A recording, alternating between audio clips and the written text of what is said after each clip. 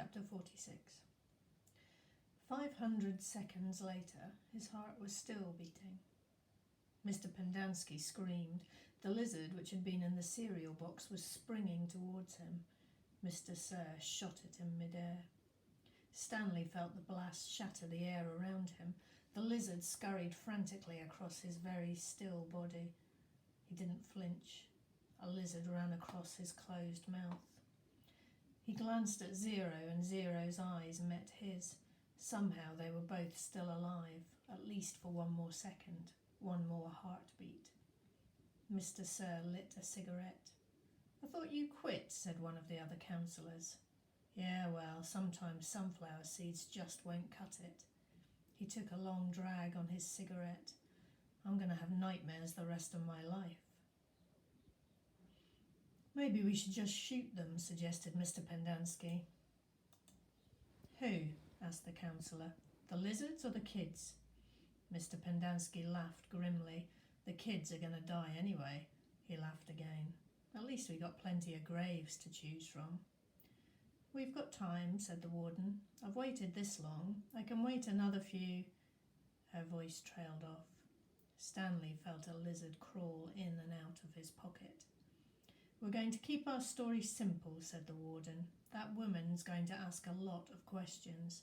The AG will most likely initiate an investigation. So this is what happened. Stanley tried to run away in the night, fell in a hole, and the lizards got him. That's it. We're not even going to give them Zero's body. As far as anybody knows, Zero doesn't exist. Like Mum said, we've got plenty of graves to choose from." "Why would he run away if he knew he was getting released today?" asked Mr. Pendanski. "Who knows? He's crazy. That was why we couldn't release him yesterday. He was delirious, and we had to keep watch over him so he wouldn't hurt himself or anybody else." "She's not going to like it," said Mr. Pendanski. "She's not going to like anything we tell her," said the warden. She stared at Zero and at the suitcase. "Why aren't you dead yet?" she asked. Stanley only half listened to the talk of the councillors. He didn't know who that woman was or what AG meant. He didn't even realise they were initials. It sounded like one word, AG. His mind was focused on the tiny claws that moved up and down his skin and through his hair. He tried to think about other things. He didn't want to die with the images of the warden, Mr. Sir, and the lizards etched into his brain. Instead, he tried to see his mother's face. His brain took him back to a time when he was very little, all bundled up in a snowsuit. He and his mother were walking hand in hand, mitten in mitten, when they both slipped on some ice and fell and rolled down a snow-covered hillside. They ended up at the bottom of the hill. He remembered he almost cried, but instead he laughed. His mother laughed too. He could feel the same light-headed feeling he felt then, dizzy from rolling down the hill. He felt the sharp coldness of the snow against his ear. He could see flecks of snow on his mother's bright and cheery face. This was where he wanted to be when he died. "Hey, caveman, guess what?" said Mr. Sir. "You're innocent after all. I thought you'd like to know that. Your lawyer came to get you yesterday. Too bad you weren't here." The words meant nothing to Stanley, who was still in the snow. He and his mother climbed back up the hill and rolled down again, this time on purpose.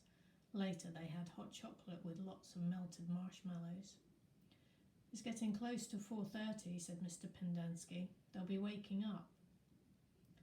The warden told the councillors to return to the tents. She told them to give the campers breakfast and to make sure they didn't talk to anyone. As long as they did as they were told, they wouldn't have to dig any more holes. If they talked, they would be severely punished. "How should we say they'll be punished?" one of the councillors asked. "Let them use their imagination," said the warden. Stanley watched the councillors return to the tents, leaving only the warden and Mr. Sir behind.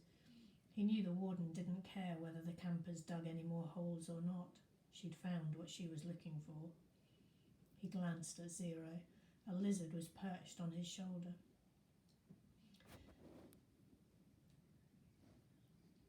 Zero remained perfectly still except for his right hand, which slowly formed into a fist. Then he raised his thumb, giving Stanley the thumbs up sign. Stanley thought back to what Mr. Sir had said to him earlier, and the bits of conversation he'd overheard. He tried to make sense out of it. Mr. Sir had said something about a lawyer, but Stanley knew his parents couldn't afford a lawyer. His legs were sore from remaining rigid for so long. Standing still was more strenuous than walking. He slowly allowed himself to lean against the side of the hole. The lizards didn't seem to mind.